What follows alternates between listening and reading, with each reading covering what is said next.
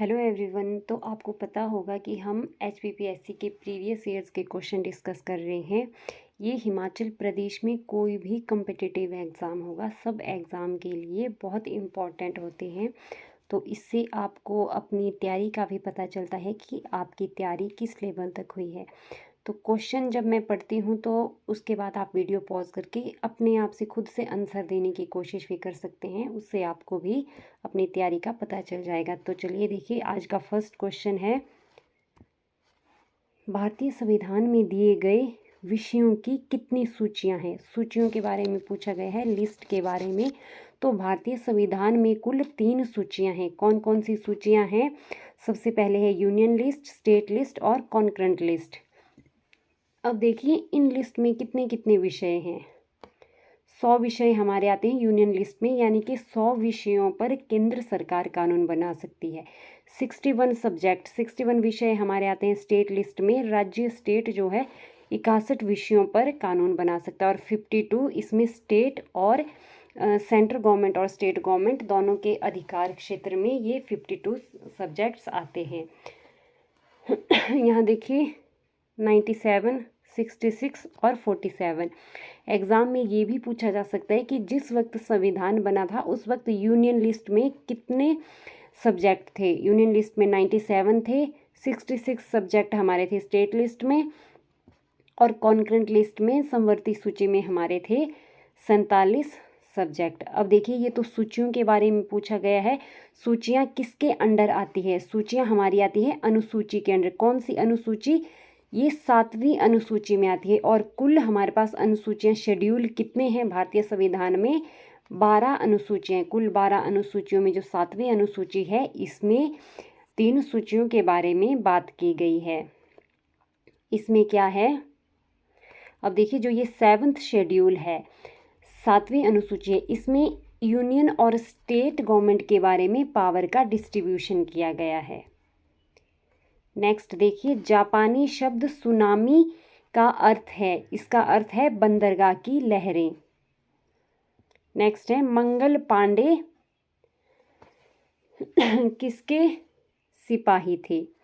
तो देखिए मंगल पांडे जो है 34वीं बंगाल नेटिव इन्फेंट्री के सिपाही थे। अब देखिए मंगल पांडे एक भारतीय स्वतंत्रता सेनानी थे जिन्होंने 1857 में भारत के प्रथम स्वाधीनता संग्राम में महत्वपूर्ण भूमिका निभाई थी। 1857 की क्रांति आपने पढ़ा होगा इसके बारे में, उसमें जो है मंगल पांडे ने महत्वपूर्ण भूमिका निभाई थी। वे ईस्ट इंडिया कंपनी की 34वीं बंगाल इन्फेंट्री के सिपाही थे, इसमें वे भर्ती हुए थे। तो इन्हें जो है 1857 के विद्रोह में पहला शहीद भी माना जाता है। इनका जन्म उत्तर प्रदेश के बलिया में 19 जुलाई 1827 को एक भारतीय ब्राह्मण परिवार में हुआ था। ये 18 वर्ष की अवस्था में सैनिक के रूप में ब्रिटिश इंडिया कंपनी में शामिल हुए थे और 29 मार्च 1857 ईस्वी को, कब की बात है, 29 मार्च 1857 को मंगल पांडे ने गाय की चर्बी से बने कारतूसों को मुंह से काटने से इनकार कर दिया था।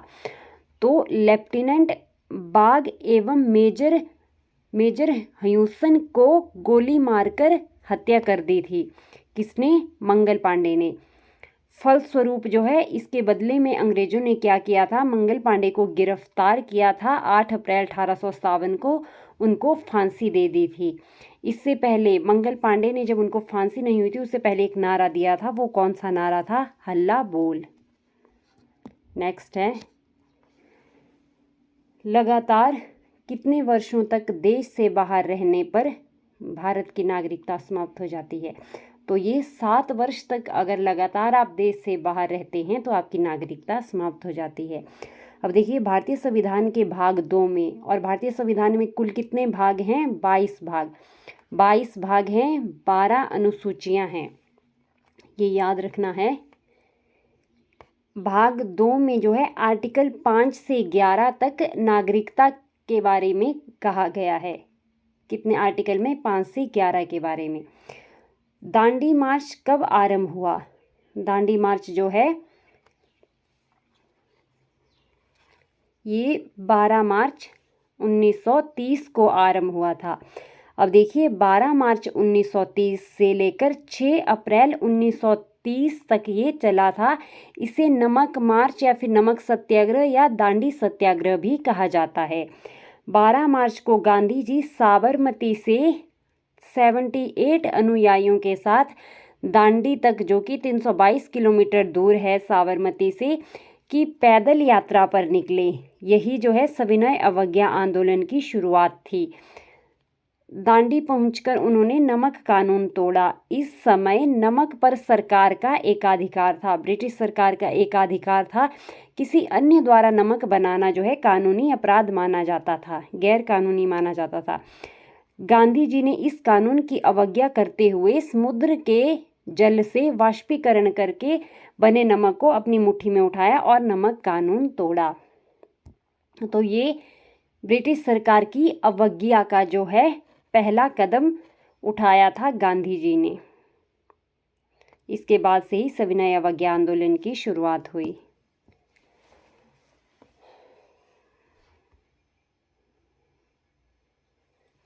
नेक्स्ट है 15 अगस्त 1947 को भारतीय राष्ट्रीय कांग्रेस के अध्यक्ष कौन थे? जब भारत आज़ाद हुआ उस वक्त कांग्रेस के अध्यक्ष थे JB कृपलानी। भारतीय राष्ट्रीय कांग्रेस की स्थापना 28 दिसंबर 1885 को मुंबई के गोकुल दास तेजपाल संस्कृत महाविद्यालय में हुई थी। इसके संस्थापक महासचिव A.O. हयूम थे। कांग्रेस पार्टी की स्थापना किसने की थी? A.O. हयूम ने। व्योमेश चंद्र चटर्जी को अध्यक्ष बनाया गया था। जब कांग्रेस पार्टी बनी तो इसके पहले अध्यक्ष कौन थे? व्योमेश चंद्र चटर्जी। और JB कृपलानी स्वतंत्रता के समय जो है इंडियन नेशनल कांग्रेस के अध्यक्ष थे। JB कृपलानी कब थे? स्वतंत्रता के समय। और पहले अध्यक्ष कौन थे? व्योमेश चंद्र चटर्जी। INC की स्थापना के समय लॉर्ड डफरिन भारत के वायसराय थे। कौन थे भारत के वायसराय? Lord Dufferin. अब देखिए बदरुद्दीन तैयब जी, ये इंडियन नेशनल कांग्रेस के पहले मुस्लिम अध्यक्ष थे। और एनी बेसेंट कांग्रेस की पहली महिला अध्यक्ष थी। और सरोजिनी नायडू भी पहली महिला अध्यक्ष थी, मगर ये भारतीय थी। एनी बेसेंट जो है बाहर से थी, इसलिए पहली भारतीय महिला अध्यक्ष आएगा तो सरोजिनी नायडू आएगा, अगर पहली महिला अध्यक्ष आएगा तो एनी बेसेंट आएगा। अब देखिए जॉर्ज यूल जो है इंडियन नेशनल कांग्रेस के पहले अंग्रेज अध्यक्ष थे। नेक्स्ट है इनमें से कौन सा भारत के संविधान का संरक्षक है? Custodian of Indian constitution. तो ये है supreme court of India, Bharat का सर्वोच्च न्यायालय। लोकसभा अध्यक्ष अपना त्यागपत्र किसे सौंपता है? तो लोकसभा अध्यक्ष जो है अपना त्यागपत्र डिप्टी स्पीकर को सौंपता है, उपाध्यक्ष को। अध्यक्ष उपाध्यक्ष को तथा उपाध्यक्ष अपना त्यागपत्र अध्यक्ष को सौंपता है। लोकसभा अध्यक्ष के रूप में शपथ नहीं लेता है, याद रखना है। लोकसभा अध्यक्ष जो है बल्कि सामान्य सदस्य के रूप में शपथ लेता है। अनुच्छेद 93 के अनुसार लोकसभा स्वयं ही अपने सदस्यों में से एक अध्यक्ष और एक उपाध्यक्ष चुनेगी। लोकसभा की संरचना अनुच्छेद 81 में है। इसमें है अनुच्छेद 81 में। नेक्स्ट है रैयत। रैयत शब्द का अर्थ है, रैयत का अर्थ है अ फार्मर, यानी कि किसान। रैयतवाड़ी सिस्टम 1820 में आया था और अलेक्जेंडर रेड और सर थॉमस मुनरो ने ये शुरू किया था। बॉम्बे, मद्रास, असम और बुरना जो कि म्यांमार में है, इन जगहों पर ये रैयतवाड़ी सिस्टम शुरू किया गया था। रैयत मीन्स किसान। इसमें किसान डायरेक्ट ब्रिटिश गवर्नमेंट को टैक्स देते थे। फिर है जमींदारी सिस्टम।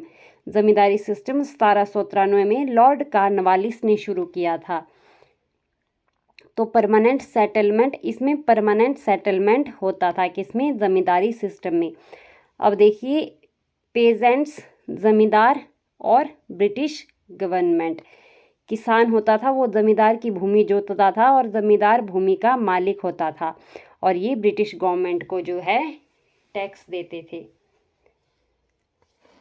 नेक्स्ट है महलवाड़ी सिस्टम 1833 में। तो Francis Hastings and Robert Martin Bird, इन दोनों ने जो है महलवाड़ी सिस्टम की शुरुआत की थी 1833 में। महलवाड़ी सिस्टम का मतलब है कि एक विलेज को महल माना जाता था और उस महल का एक रिप्रेजेंटेटिव होगा जो किसानों से रेवेन्यू कलेक्ट करके जो है ब्रिटिश गवर्नमेंट को देता था। नेक्स्ट देखिए फेमा। फेमा क्या है? FEMA, इसका मतलब है फॉरेन एक्सचेंज मैनेजमेंट एक्ट। तो फॉरेन एक्सचेंज मैनेजमेंट एक्ट 1999 में आया था और पार्लियामेंट में 29 दिसंबर 1999 को पास हुआ था। इसने फेरा फॉरेन एक्सचेंज रेगुलेशन एक्ट को रिप्लेस किया था। यह विदेशी व्यापार और भुगतान को सुविधाजनक बनाने और भारत में विदेशी मुद्रा बाजार के व्यवस्थित विकास और रखरखाव को बढ़ावा देने के उद्देश्य से विदेशी मुद्रा से संबंधित कानून को समेकित और संशोधित करने के लिए एक अधिनियम है। नेक्स्ट है 2014 में शांति का नोबेल पुरस्कार किसे मिला था? वो कौन भारतीय थे? तो 2014 में कैलाश सत्यार्थी को मिला था, और कैलाश सत्यार्थी के साथ साथ मलाला यूसुफजई जो कि पाकिस्तान की लड़की थी। और इसके साथ देखिए अब 2023 का पूछ सकते हैं करंट में जो है शांति का नोबेल पुरस्कार किसे मिला है? तो ये नरगिस मोहम्मदी को मिला है। क्यों मिला है? ईरान में महिलाओं के उत्पीड़न के खिलाफ लड़ाई और सभी के लिए मानवाधिकारों और स्वतंत्रता के लिए जो है बढ़ावा देने के लिए उन्हें ये नोबेल प्राइज़ दिया गया है। नेक्स्ट है ब्रिटिश शासन के दौरान भारत में वायसराय के रूप में कौन कार्यरत थी? क्वेश्चन पूछने का पता नहीं क्या तरीका दिया है इसमें। तो इसमें हो सकता है कि स्वतंत्रता के समय भारत का वायसराय कौन था? तो जब भारत आज़ाद हुआ था तो लॉर्ड माउंटबेटन उस समय भारत के वायसराय थे, और टाइम पीरियड कब से कब तक था? मार्च 1947 से जून 1948 तक। और यही आंसर की में भी आंसर दिया हुआ है। फिर है MRP। MRP का मतलब होता है maximum retail price. MRP is the highest price. ये मैक्सिमम प्राइस होता है जिस पर जो है प्रोडक्ट को बेचा जाता है। इससे ज़्यादा प्राइस प्रोड्यूसर या सेलर जो है कंज्यूमर से नहीं ले सकता है। It is generally printed at the product label और पैकेजिंग पर ये लिखा होता है, और इसमें टैक्सेस वगैरह इंक्लूड होते हैं। और the MRP is determined by manufacturer and seller product taking into account of various factors of production cost, marketing expenses और सभी प्रॉफिट इसमें इंक्लूड करके MRP निर्धारित किया जाता है। तो नेक्स्ट देखिए कौन सा देश मानव विकास सूचकांक ह्यूमन डेवलपमेंट इंडेक्स में प्रथम है? तो इन चारों में प्रथम पूछा गया है, तो प्रथम देश है श्रीलंका। श्रीलंका का कौन सा स्थान है? 78। अगर प्रथम रैंक पूछी जाए तो प्रथम रैंक इस बार है स्विट्ज़रलैंड की। स्विट्ज़रलैंड। अब देखिए भारत और इसके पड़ोसी देशों को अगर देखा जाए तो इंडिया का रैंक इस बार 134 है। कितना है? 134, और अंक है 0.644। इंडिया से पहले और इंडिया के बाद देखिए कौन कौन से देश हैं। इंडिया से पहले है बांग्लादेश, बांग्लादेश से पहले भूटान, भूटान से पहले श्रीलंका, और सबसे अच्छी कंडीशन जिसकी है ह्यूमन डेवलपमेंट इंडेक्स के अकॉर्डिंग वो है चाइना। चाइना जो है 75 नंबर पर है, श्रीलंका 78, भूटान 125 नंबर पर, बांग्लादेश 129 पर, फिर भारत, और उसके बाद नेपाल। भारत की रैंक इस बार 134 है, नेपाल की 144 है, और पाकिस्तान की रैंक सबसे खराब है 164 भारत के पड़ोसी। और कुल कितने देश थे? टोटल 193 देश इस बार लिए गए थे। और पिछली साल अगर देखेंगे तो पिछली साल 191 देशों में से भारत की जो है 135 रैंक थी। तो इसमें देखिए इंडिकेटर इसमें कौन कौन से होते हैं। लॉन्जिविटी, लाइफ एक्सपेक्टेंसी इंडेक्स होता है। फिर एजुकेशन अटेनमेंट, देखिए एजुकेशन इंडेक्स होता है। फिर लिविंग स्टैंडर्ड, ये मैंने लाइफ एक्सपेक्टेंसी लिख दिया गलती से, फिर से यहाँ पर आएगा लिविंग स्टैंडर्ड। लिविंग स्टैंडर्ड, तो लिविंग स्टैंडर्ड को कैसे देखा जाता है, per capita gross domestic product या gross national product, GNI, gross national index से। तो इसके लिए ये 3 इंडिकेटर दिए हुए हैं। तो पिछली साल, अब जीवन प्रत्याशा देखिए, जीवन प्रत्याशा लाइफ एक्सपेक्टेंसी इस बार के HDI में भारत में 67.7 वर्ष है कि इतने वर्ष लोगों की एज हो सकती है। फिर है शिक्षा के अपेक्षित वर्ष अगर देखेंगे तो 12.6 वर्ष हैं। स्कूली शिक्षा के औसत वर्ष कितना है, 6.57।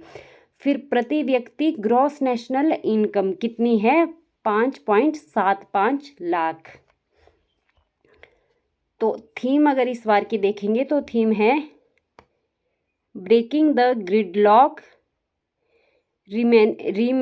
Reimagining corporation in a polarised world, ये इस बार की थीम है। नेक्स्ट देखिए वायुमंडल की दूसरी परत कौन सी है, तो वायुमंडल की दूसरी परत है समताप मंडल। यहाँ देखिए पहली परत है क्षोभ मंडल जो 18 मीटर की ऊंचाई पर है धरती से। दूसरी परत है समताप मंडल जो 18 मीटर नहीं 18 किलोमीटर। फिर समताप मंडल 50 किलोमीटर के ऊपर। फिर है मध्य मंडल 80 किलोमीटर के ऊपर। फिर है आयन मंडल 80 से 400 किलोमीटर के ऊपर। उसके बाद आता है 400 के ऊपर बाह्य मंडल आता है। नेक्स्ट देखिए आईने अकबरी, इसके लेखक कौन है, तो ये अबुल फजल ने लिखी है। देखिए अबुल फजल ने अकबर के शासनकाल में 3 खंडों का इतिहास लिखा है जिसका नाम रखा था अकबरनामा।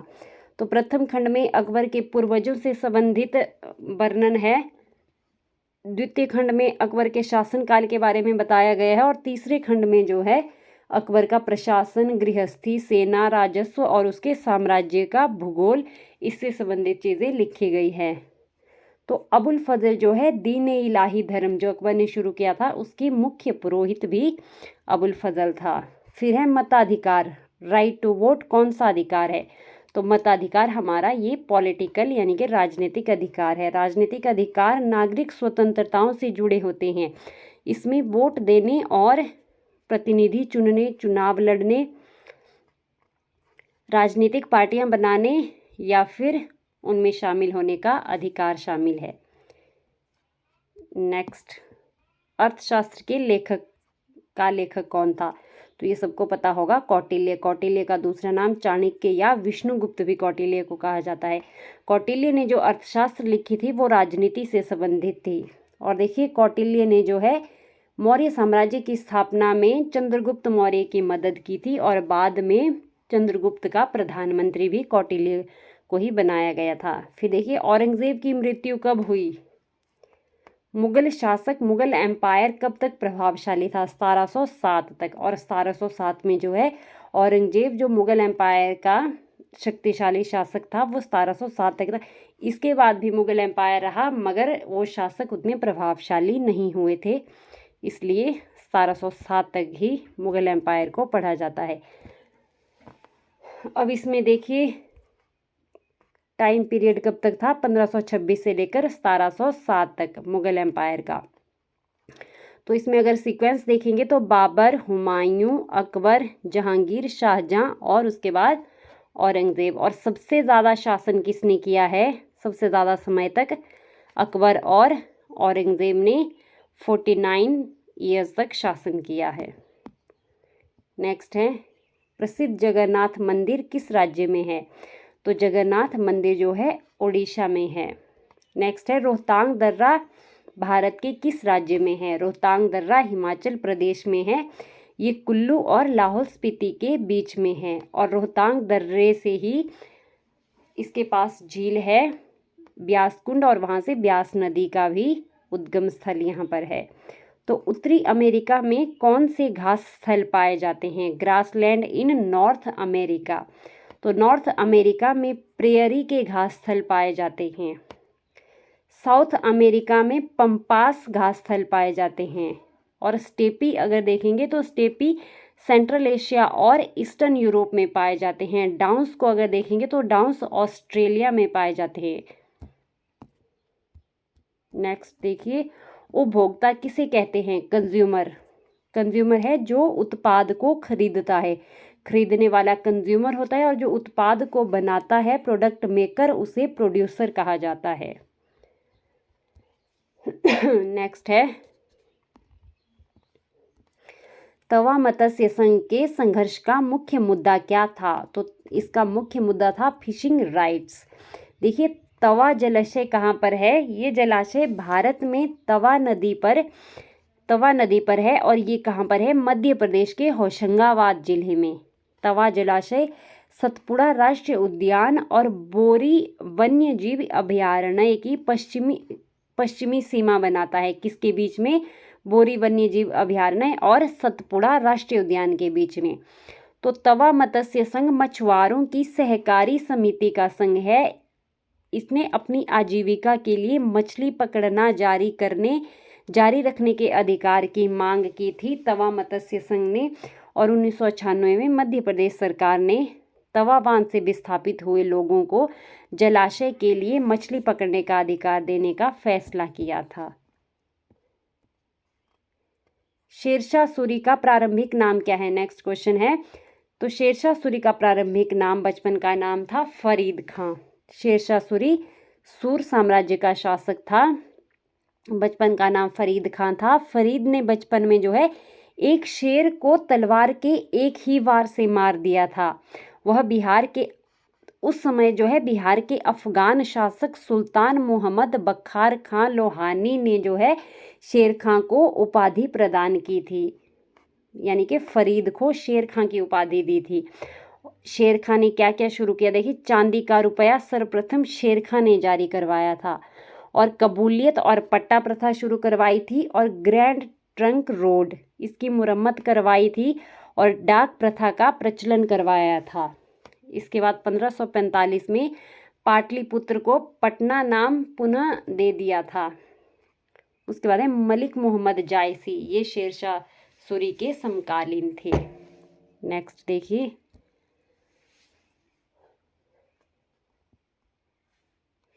विश्व में आर्थिक महामंदी कब आई थी? तो ये 1929 में आई थी, ग्रेट इकोनॉमिक क्राइसिस। 1929 में जो है यूएसए के स्टॉक मार्केट में क्रैश हो गया था। शेयर के प्राइसेस बहुत कम हो गए थे। तो फेडरल बैंक ने टाइट मॉनेटरी पॉलिसी को अपनाया था। इससे लोगों की परचेजिंग पावर भी कम हो गई थी। लोग जो है बैंकों से लगातार पैसे निकाल रहे थे। तो इससे क्या हुआ? उत्पादन भी नहीं हो रहा था, लोगों को उधार नहीं मिल रहा था, राष्ट्रीय उत्पादन कम हो गया था, और इससे बेरोजगारी बढ़ गई थी। बैंक भी फेल हो गए थे स्टॉक मार्केट क्रैश की वजह से। तो ये सिचुएशन कैसे आई थी? जब फर्स्ट वर्ल्ड वॉर हुआ था, उस वक्त जो है यूरोप में बहुत ज़्यादा डिमांड हो गई थी प्रोडक्ट की। और प्रोडक्ट वो कहाँ से इंपोर्ट करते थे? यूएसए से। जब यूएसए से वो प्रोडक्ट की डिमांड करते थे तो यूएसए बहुत ज़्यादा प्रोडक्ट बनाता था। यूएसए में बूम की सिचुएशन आ गई थी, क्योंकि डिमांड बढ़ गई थी, बूम की सिचुएशन आ गई थी। मगर जब ये फर्स्ट वर्ल्ड वॉर ख़त्म हुआ तो यूएसए ने इतना ज़्यादा इंडस्ट्री को इतना ज़्यादा फैला दिया था, प्रोडक्शन बहुत ज़्यादा लेवल पर कर दिया था। युद्ध ख़त्म होने के बाद जब यूरोप में डिमांड कम हो गई तो क्या हुआ? वहाँ की जो इंडस्ट्रीज़ है, जो कंपनियाँ थी, उनको लॉस होने लगा। जब लॉस होने लगा तो एक वॉल स्ट्रीट कंपनी है, ये कोलैप्स हो गई थी, शेयर मार्केट कंपनी। तो इसके कोलैप्स होने की वजह से क्या है, लोगों का इन पर से विश्वास उठ गया कि अब ये कंपनियाँ, इनके शेयर गिर रहे हैं, इनके शेयर नहीं उठेंगे। तो इस वजह से लोगों ने जो है डर के कारण पैसा बैंकों से निकालना स्टार्ट कर दिया, क्योंकि लोगों को अविश्वास हो गया था कि अब स्थिति सुधरेगी नहीं। तो पैसा निकालने से यूएसए में भी डिमांड कम हो गई थी, और इसके साथ ही यूएसए से अदर लोगों का भी बहुत लेन देन था, तो इसकी वजह से दूसरे देशों पर भी इसका इम्पैक्ट पड़ा था। तो इसी वजह से जो है इसको ग्रेट डिप्रेशन कहा जाता है। नेक्स्ट देखिए, संपूर्ण क्रांति का आह्वान किसने किया? तो इसका आह्वान किया था जयप्रकाश नारायण ने। संपूर्ण क्रांति, टोटल रिवॉल्यूशन, जयप्रकाश नारायण ने इसे शुरू किया था। सबसे पहले जो है बिहार पटना के गांधी मैदान में 5 जून 1974 में इसे शुरू किया गया था। तो इस संपूर्ण क्रांति में 7 क्रांतियां हैं। देखिए कौन कौन सी हैं? राजनीतिक, आर्थिक, सामाजिक, सांस्कृतिक, बौद्धिक, शैक्षणिक और आध्यात्मिक। तो ये सब क्रांतियां इसके अंडर आती है, इसीलिए ये संपूर्ण क्रांति कहलाती है। और जयप्रकाश नारायण क्या थे? वो गांधीवादी नेता थे। नेक्स्ट है, पंडित नेहरू का राजनीतिक उत्तराधिकारी कौन थे? तो पंडित नेहरू के राजनीतिक उत्तराधिकारी थे Lal Bahadur Shastri. Political successor of Pandit Nehru. देखिए पंडित नेहरू की मृत्यु के बाद गुलजारी लाल नंदा को कुछ वक्त के लिए कार्यवाहक प्रधानमंत्री बनाया गया था। वे भारत के एकमात्र कार्यवाहक प्रधानमंत्री बने थे। क्वेश्चन भी पेपर में कई बार पूछा है कि भारत के पहले कार्यवाहक प्रधानमंत्री कौन थे? तो ये थे गुलजारी लाल नंदा। 1964 में नेहरू और 1966 में लाल बहादुर शास्त्री की मृत्यु होने के बाद कुछ समय के लिए गुलजारी लाल नंदा को ही कार्यवाहक प्रधानमंत्री बनाया गया था। नेक्स्ट है, नानावती आयोग किससे संबंधित है? तो ये सिख विरोधी दंगों से संबंधित है। सिख विरोधी दंगे कब हुए थे? जब 1984 में इंदिरा गांधी के जो बॉडीगार्ड थे, 2 सिख, सतवंत सिंह और बेअंत सिंह, इन दोनों ने इंदिरा गांधी की हत्या कर दी थी। तो इसके बाद जो है सिख विरोधी दंगे शुरू हो गए थे और 1984 में निर्दोष सिखों की हत्या हुई थी। तो उस हत्या की जांच के लिए न्यायमूर्ति जीटी नानावती आयोग की नियुक्ति की गई थी और 2000 में ये नियुक्ति की गई थी। इसके अध्यक्ष कौन थे? सुप्रीम कोर्ट के सेवानिवृत्त न्यायाधीश न्यायमूर्ति TT Nanavati. Anti British riots 1984 में जो हुए थे। नेक्स्ट है, भारत में 4th आम चुनाव कब हुए? चौथे जनरल इलेक्शन कब हुए थे? तो ये हुए थे 1967 में। 1967 में 4th आम चुनाव हुए थे। कब से कब तक हुए थे? 17 से 21 जनवरी 1967 तक ये हुए थे। 17 से लेकर 21 फरवरी, जनवरी नहीं है फरवरी। पहला आम चुनाव अगर देखेंगे तो पहला आम चुनाव 25 अक्टूबर 1951 से लेकर 21 फरवरी 1952 तक चला था। और अब जो लास्ट जो इलेक्शन हुए थे वो था 17वां आम चुनाव। कब हुआ था? 11 अप्रैल से 19 मई 2019 के बीच में। और अब जो नेक्स्ट मई में इलेक्शन होने वाले हैं वो हमारा हो गए 18वें चुनाव, 18वीं लोकसभा के इलेक्शन। नेक्स्ट देखिए, लोकसभा के प्रथम अध्यक्ष श्री GV मावलंकर थे और वर्तमान अध्यक्ष हम देखेंगे तो ओम बिरला अभी वर्तमान में अध्यक्ष हैं लोकसभा के। नेक्स्ट है, मोनाजाइट रेत में कौन सा खनिज पाया जाता है? तो इस रेत में जो है थोरियम पाया जाता है, थोरियम नामक खनिज। नेक्स्ट देखिए, कौन सा वेद सबसे पुराना है? सबसे पुराना वेद कौन सा है? तो ऋग्वेद सबसे पुराना है। ऋग्वेद भारत का सबसे प्राचीन धर्मग्रंथ वेद है, जिसके संकलनकर्ता महर्षि वेदव्यास हैं। वेद जो है, वेदों में भगवान के द्वारा बोला गया ज्ञान है और महर्षि वेदव्यास ने इसको शब्दों में लिखा है। तो इसी तरह से वेद 4 हैं। कौन कौन से? ऋग्वेद, यजुर्वेद, सामवेद और अथर्ववेद।